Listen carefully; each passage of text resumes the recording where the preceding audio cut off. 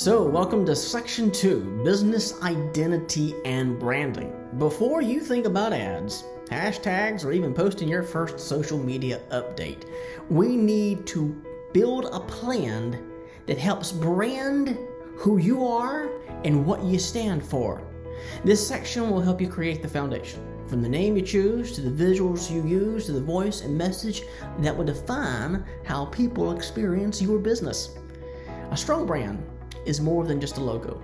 It's the impression that you leave behind. We'll start by talking about choosing a business name that's clear, memorable, and aligned with your mission. Then we'll walk through how to secure your domain name and grab social media handles for consistent branding.